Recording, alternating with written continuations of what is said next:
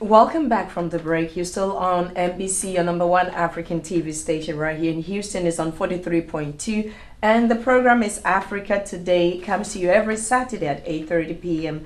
And then a repeat broadcast if you missed out on Saturday on Monday at 10 a.m.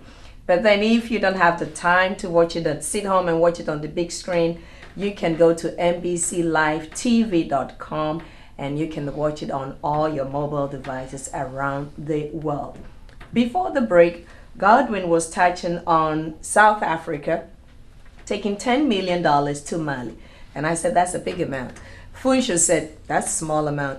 Godwin said, they have actually more. So they can give money to Mali and they can still be taking care of their own issues back home.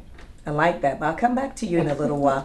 Let me go over to Funsho. Funsho is a small amount. You're not impressed with the amount, it is small. No, I'm impressed because when you look at a country like Nigeria, for instance, Nigeria only donated $5 million dollars. But the issue really is, when you're looking at 10 million, 5 million, 15 million, it's nothing. It's because not you see, if Nigeria will want to raise, assuming for instance Nigeria is in the situation that Zimbabwe is in, and they want to raise money, all they need to do is just go to the Congress and say, each of you guys, you are taxed $10 million. In less than 20 minutes, you The money have all will be the money available. you ever needed. What I'm trying to say, therefore, is that individuals, it's just like what Obama is trying to do in America. The upper 1% or 2% should pay a little more because they have the resources. They won't miss it.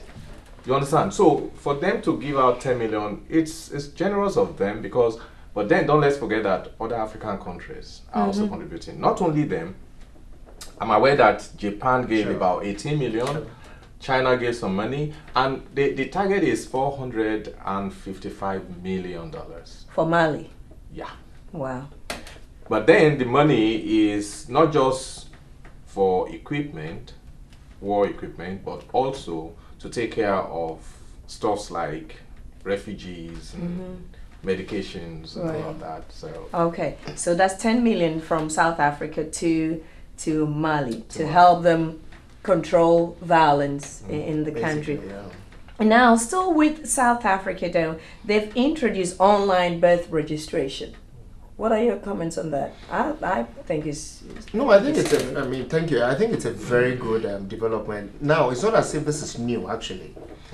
This has been ongoing in South Africa. What they've done actually is to broaden the scope. To make sure all the clinics... Make sure, So they're actually broadening that to both private and public, health institutions, which is very good. I mean, one of the things I like is the use of technology to address health-related issues. For example, in some areas, of course, just to digress a little bit, in some countries, maybe what we call the developed countries, what they've done is that they've been able to use technology to fight various health-related issues. For example, text messaging, to deliver information in times of crisis, so crisis communication and all that. And I think that what they are doing in South Africa in terms of the birth registration is a good thing. One, it will help curb a lot of things because there are several people who deliver and then it takes them so many years to register And some the don't birth. even register Some at don't all. do that. Yeah. What this is going to do is that right there and then, as soon as you deliver at the hospital, you go through the registration process. Even if you don't do that, it will take you about 30 days For you to do. for you to go through that process, which is very good. And then something that actually, is very important to me: age cheating in a number of places. So you think this Will will be help. help that, It right? will. For example, if the online system captures that, you're already in the system. So even if you're a footballer, you go out there, you're going to play soccer, and then And they say although this is you are 18 and years, the under or- 20s, and great, you you're- say that, oh, although you are I'm 30 and you 18. go and tell people you're 18, you'll be caught.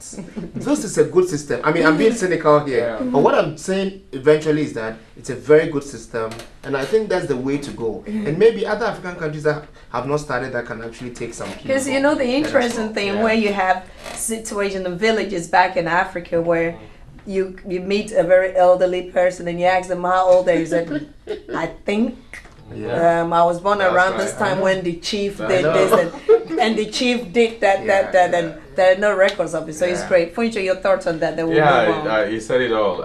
But the only other thing we need to know about why we need to register births and deaths, which, like you rightly said, in most part of Africa, when you're talking about remote areas, somebody dies last night, they go to the back of the house, dig the ground, bury the person. There's no record reporting, of it. Nothing.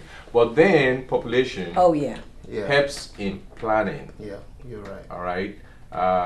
When you do not have an idea how many folks are living in a particular area, not to talk of the country, you certainly won't be able to plan for utilities, ordinarily utilities and the rest of it. So it's a really good thing. All right. So and that's, you want to add something? Again, and I think, again, to add to what she said, he said planning, development.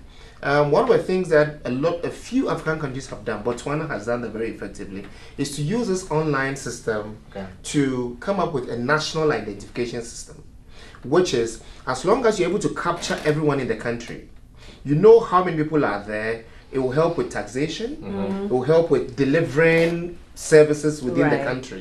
And I think that that's what South Africa should be looking at eventually. Fine, registration at that level is great, but then they need to extend that to developmental processes. And I hope all the other African countries are taking note of that too, because it will help. Now, let's take a look at, before, I want us to touch on immigration, but before we come on immigration, let's look at Zimbabwe.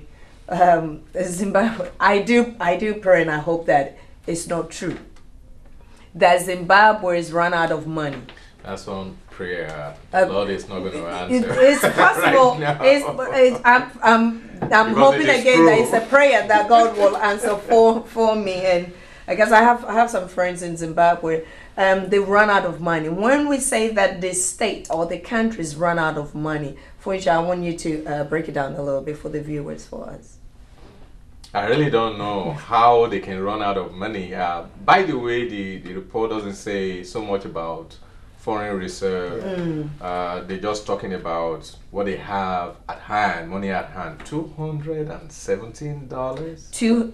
Viewers, $217 right now. Zimbabwe is saying that that's all they have after they paid all their civil servants. So now that they've paid them, they have $217, and we are what, in February, almost in February. So the question is, do they have money next month, the following month? Will they be able to generate enough funding and enough income to pay our brothers and sisters back in Africa?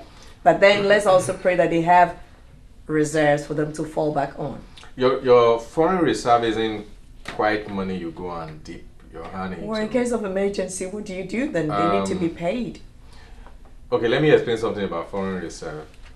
If somebody will pick his phone in Zimbabwe and call America, let's say it's direct, but because sometimes you are francophone, your phone goes first to France before coming here, it comes over. And the return goes the same way. But let's say it comes directly.